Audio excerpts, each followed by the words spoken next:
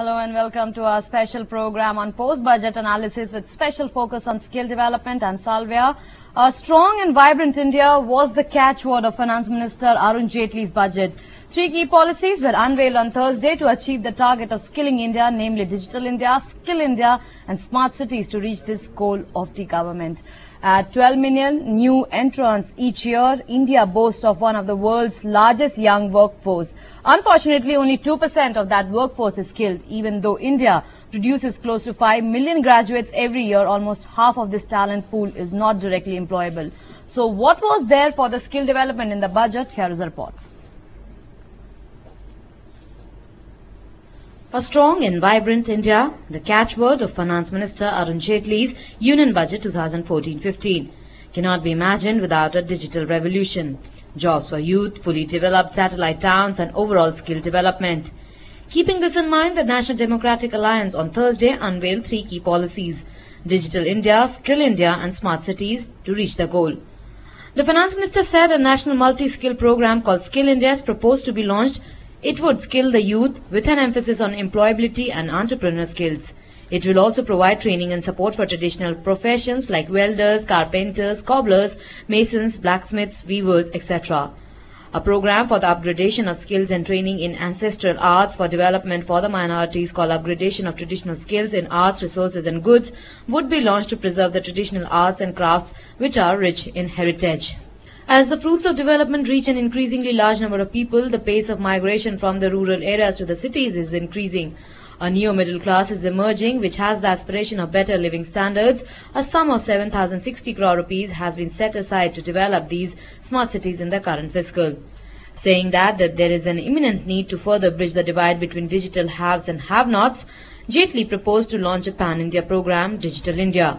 This would ensure broadband connectivity at village level, improved access to services through IT-enabled platforms, greater transparency in government processes and increased indigenous production of IT hardware and software for exports and improved domestic availability. Other than this, a lot of emphasis on education as well. Sports universities would be set up in Manipur. 1,000 crore rupees has been provided in current financial year for this. It also proposes to set up 5 new IIMs and 5 new IITs. Also, proposal for 12 more government medical colleges with dental facilities. 4 new AIIMS will be set up in Andhra Pradesh, West Bengal, Vidarbha and Purvanchal. 500 crore rupees has been set aside for this. Also, emphasis on girl child. It has announced Beti Bachao, Beti Padhao Yojana and has set aside 100 crore rupees for this. The budget also proposes to allocate 100 crore rupees for upgradation of madrasas. There is proposal to ease and simplify norms to facilitate education loans for higher studies. Sarva Shiksha Abhiyan worth 28,635 crore rupees and Rashtriya Madhyamik Shiksha Abhiyan worth 4,966 crore rupees will also be initiated. A school assessment program will be initiated at a cost of 30 crore rupees. Lok Nayak National Centre for Higher Education would be established. New research centres to be set up in Assam and Jharkhand. 200 crore rupees has been allocated to set up agriculture universities in various states like Andhra Pradesh and Rajasthan. Horticulture universities to be set up in Haryana and Telangana. 2 new biotechnology clusters to be established at Bangalore and Faridabad. The government also proposes 100 crore rupees for the Young Leader program. Government has allocated 500 crore rupees as a part of Digital India program to ensure broadband connectivity at village level as well as to ensure transparency in governance. Employment exchanges will be transformed into career centers and information counseling will be provided for job availability. Business Bureau, GT News. Well, that was a comprehensive report on what all has been allocated for skill development and to take India's growth trajectory forward. Well, for discussion on the skill development and the budget allocation, we are joined in studios with Mr. Dilip Chenoy joins us. He's the Managing Director and CEO of National Skill Development Corporation. Welcome to DD News, Mr. Chenoy. I would start with our report. The very first line of the report said that the 5 million graduates every year, almost half of them go unemployable. But this time around in the budget, we saw that much emphasis of the government is on the skilling our youth so that they become employable. The Skill India program that has been proposed by the government in the budget. What do you have to say on that? Do we see that going forward and the future looks bright ahead? So the idea of developing greater coordination and cohesion between the different skill programs of the government actually was part of the program and the statement of the Prime Minister in his response to the President's address to the House. Right. There is also a new skill ministry being formed, and the budget is kind of moving in the direction. And two aspects not really covered in the report was that one, there will be amalgamation of various schemes going forward, and second, there will be a change in the Apprenticeship Act. So there has been a considerable focus on skill development in this budget. The allocations have actually increased over the interim budget. If you look at that, this is one area where this has actually gone up. So you're seeing it also spread from local crafts, like you saw in the Skill India mission, weavers, masons, cobblers, carpenters, to high-end doctors and postgraduates and high-end engineers and management, because they also mentioned setting up IIMs and IITs going forward. Right. We have also seen that there is a provision of Digital India, which the government has talked about in the budget. Also, we have seen from the very beginning, from the election campaign to when the government took over, there has been much emphasis on the technology usage. Digital India is one proposal which is like broadband connectivity at village level, which will improve access to services through IT platforms, and it will have a special focus on supporting software products startups. So that is kind of empowering the rural population as well. They'll become more tech savvy, and they can become thereby become more employable in the coming era. Yes, I agree to that point, but as the Prime Minister said, that you're looking at scale, speed and sustainability. Right. If you look at this, and the skills was what he was talking about. So if you have to actually expand the current skill capacity, which is around 10 million a year or 1 crore a year, and you have to actually address the whole country and go to the 5 crore that you want to do by the end of the plan, you have to increase the capacity in the country. And increasing the capacity cannot be done by building brick and mortar, but by using technology, and therefore this backbone which is proposed to be set up, and the use of that backbone to transfer skill programs and the massive online open courses that has been talked about earlier will be a key fundamental foundation for us to scale up the skill development efforts and make it accessible across different rural areas. And if for making skilling India, do you think that the investment link allowances would also be kind of helpful them to get more and more people into it, and that will motivate them? Yeah, so there are 2 or 3 different provisions which actually help entrepreneurs to set up scalable skill development efforts. One, it is an allowable expenditure under the CSR spend. Also, there's a clarification in the IT Act that IT exemption, counting it as a spend of revenue, will be allowed for the skill development efforts. And the other aspect is the Section 35CCD and a CCC, which allows for 150% weighted deduction for firms that are setting up skill development institutions. And then you have the NSDC framework, which gives loans to people to set up skill development initiatives. Also, this could be covered under the startup plan, which is also part of the budget that was announced here, and the 10,000 crores that was allocated for the different startups and the entrepreneurs going up. So it's a part of a process going forward. Right. We've also seen that there's much for the rural generation, as we were talking about the Digital India, which focuses on the rural population itself. Do you think the allocation which is there in the budget, do you think that is another move in the right direction that will encourage homebred innovations, innovative ideas, entrepreneurs, as well as create more jobs? Because that will, if we have more for the rural population, there will be more manufacturing, if they are skilled basically. So if you look at it, there was a report which sort of pointed out why the percentage of entrepreneurs in India was lower than the global average, as a percentage of the GDP. Right. And this budget, and there were 3 points that were raised in that report. One was the access to finance. Right. 2 was the ease of doing business. And 3 was the whole law relating to entrepreneurship and the development. So we see this budget and the allied actions taken outside of the budget. Right. So this budget has given a specific allocation for startups. So it is tried to address the ease of finance. Second, the whole issue of relating to ease of business and the e-commerce platform, again announced in this budget to simplify and to specifically move India up the charts of ease of doing business. And third, the other aspects that they have talked about, the amendment of the Factories Act and the other labor laws that they are looking at. So all these three in tandem will actually help develop entrepreneurship in India going forward. Right, and since we are talking about the rural population, most of we have seen that most of our rural population is dependent on agriculture. So do we see there linking the agriculture and skill development out there? Because if we see in the advanced countries, the agricultural sector is quite advanced, so that skilling can be used here as well. Yeah, this is a fact. If you look at the data which came out last year of the different ministries that were doing skill development. Right. So the Ministry of Agriculture has reported skilling over 21 lakh people last year. This year, they actually want to increase that number by 10%. Right. The Ministry of Labor also has got a target. NSDC itself did 10 lakh people last year, and the target set for NSDC this year is 33 lakhs. So agriculture people, masons, electricians, carpenters, their job is pretty entrepreneurial in nature. Right. And we need to provide and recognize this, because they go every day and they seek opportunities to work other than those that are employed.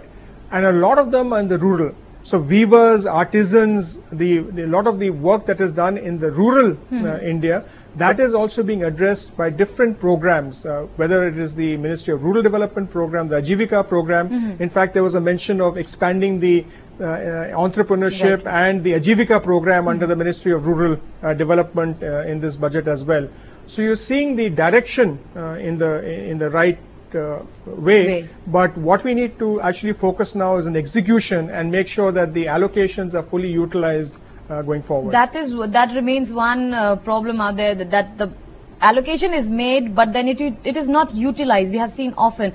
Earlier also, I guess you won't remember, but once at some event when I had questioned you regarding this, implementation is a bigger problem in everywhere. We see not only skill development, not only this allocation, but allocation allocation is there, but then utilization is not there. How do we deal with that part? You know, I think in the skill development space and for skills and education, we need to look at allocation and the financial rules a bit differently. You know, traditionally what happens is in most of skill development programs, they start after the admission program is over.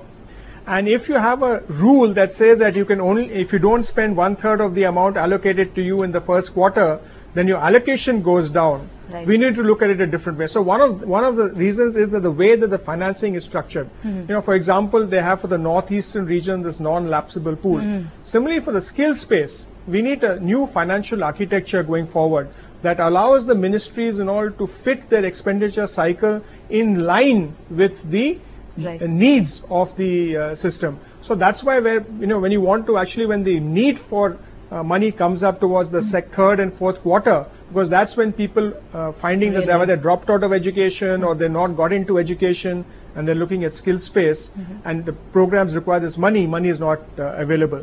And I think the usage of money over the past few years in the skill space has tremendously improved. Right.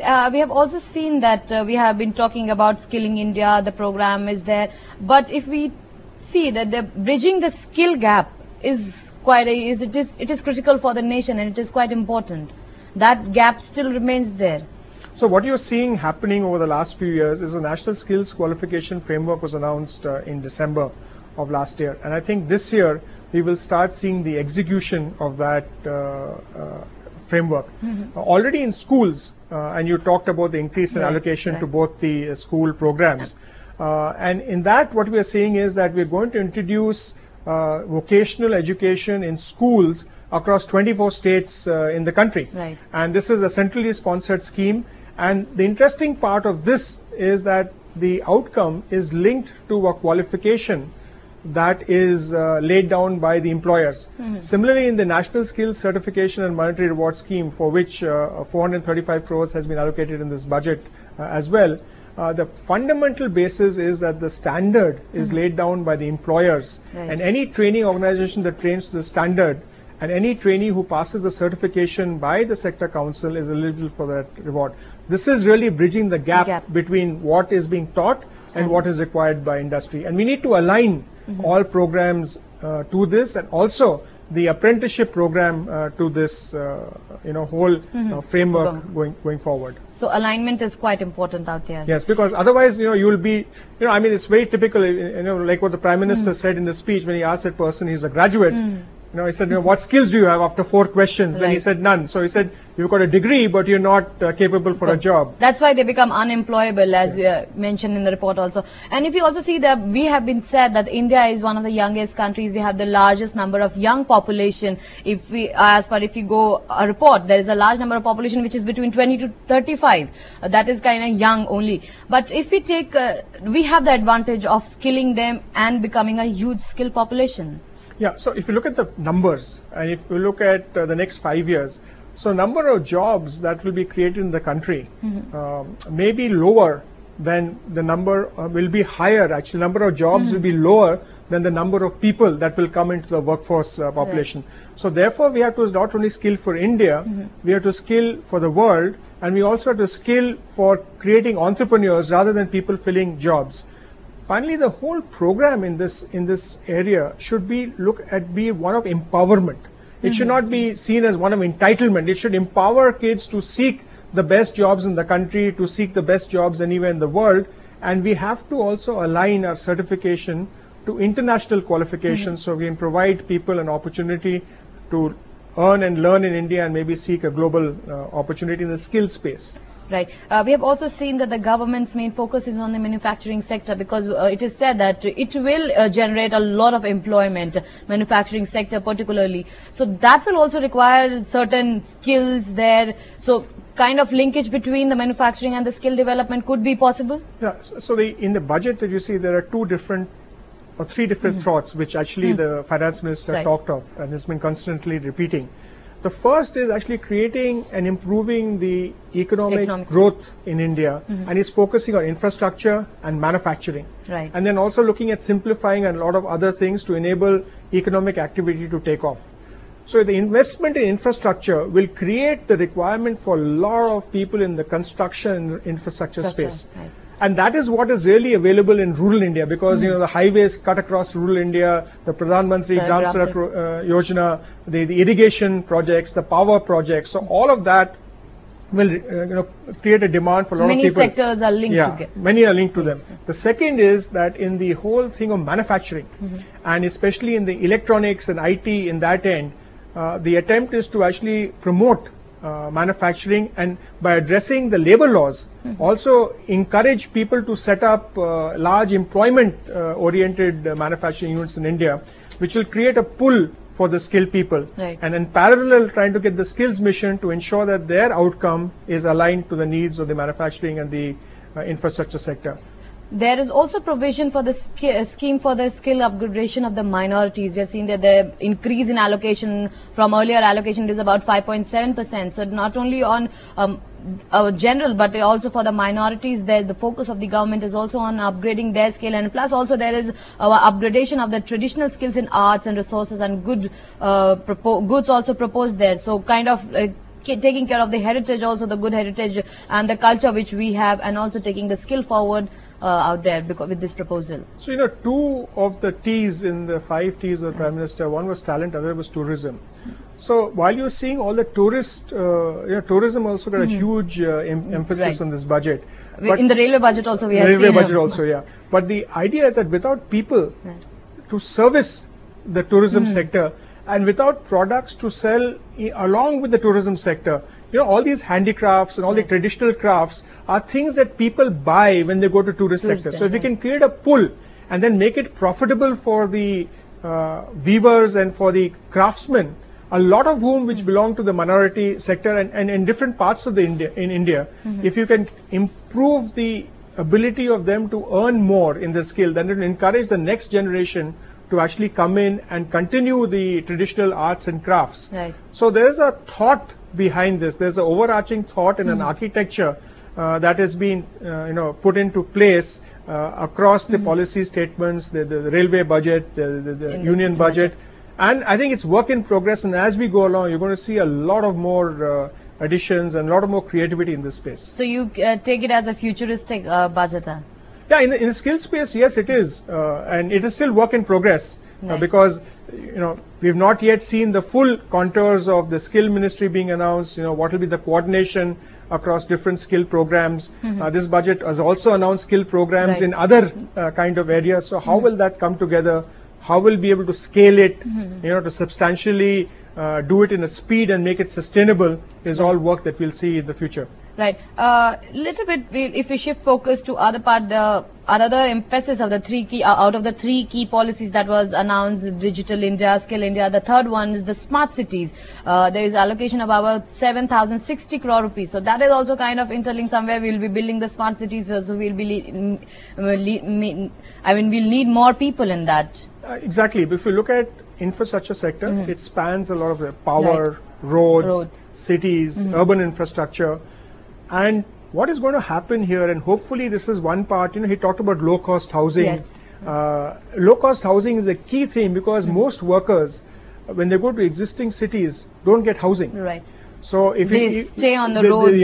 So if you integrate this in the smart cities and create low-cost housing for workers, or hostel for workers and hostels for women workers, this will actually make it much more attractive for the people to get into skills, join the labor market, and then work in the manufacturing other sectors. So it has to be an integrated project, and we need these cities for many other reasons other than skills. Right. Because the urbanization will grow. You have a report coming out today which says that Delhi is the second most populous city in the world. We need to spread this and make it pan-India rather than concentrate in a few pockets. Right. We earlier talked about the agriculture sector. We talked about the weavers and the carpenters. So other traditional jobs that are associated there, that also needs skill development out there, so that modernization is required. Because if we see about in the weaving itself, the weavers, they are using the outdated technologies, the handmade things we see mostly. So that will also require skilling. So therefore, when you look at other parts of the budget, when you look at the NID being made an institute of national importance, design being promoted, entrepreneurship being promoted, the whole digital network being put into place, it is providing a framework and an infrastructure for us to give design-led interventions to people in rural areas, create a new set of products, and then use a kind of a marketing channel going forward. So the convention center, the other small things which seem disconnected could possibly be a part of a larger plan going forward. So we can say the major focus of the government is on entrepreneurship and employability, with this focus on the Skill India program. It has to be, because you have to empower. See, you have to empower the young to be able to seek a better future going forward, and enable them to compete for the jobs that are here, and also look at competing world over for jobs that the world has to offer. If we talk little about, if I can say, put it in words like that, if we have to compete with other countries, the developed countries, how much do we lag behind in the skill in various sectors? Particularly if we talk about manufacturing, or for instance, I'm giving an example of, if I can talk about manufacturing, how far are we from the developed countries? So if you look at the productivity in the manufacturing industry, if you take USA as an index 100, we are at 10. Right? So we have to actually improve productivity. Productivity has to improve by training people and by improving their skills. If you look at another index and say that, what percentage of people working in the manufacturing sector are sent for upskilling, India is 17. We are lower than many African countries and many other Asian countries. China is above 90. So we have to improve that, and we have to encourage people. And the current issue is that if the vision of the government is to ensure that the 14 or 15 crore people who join the voting age population going forward in 2019, we can't empower them by having only 1 crore skilling capacity every year. So to at least the next 1 to 2 years take this 1 crore to somewhere close to 7-8 crores to be able to address this whole population coming forward. And this does not include the young people who already voted in this election. Well, so clearly we need to empower our population and also make them employable, and entrepreneurial skills need to be enhanced. Well, thank you, Mr. Chenoy, for joining here today and putting all those in perspective about the skill development and the budget allocation that has been made for skill development in the country. Well, thank you very much for joining us today. Well, with that, we come to end of this special discussion on the skill development and the budget allocation 2014-15. I'll take your leave, but news follows on the other side. Thanks for watching. Namaskar.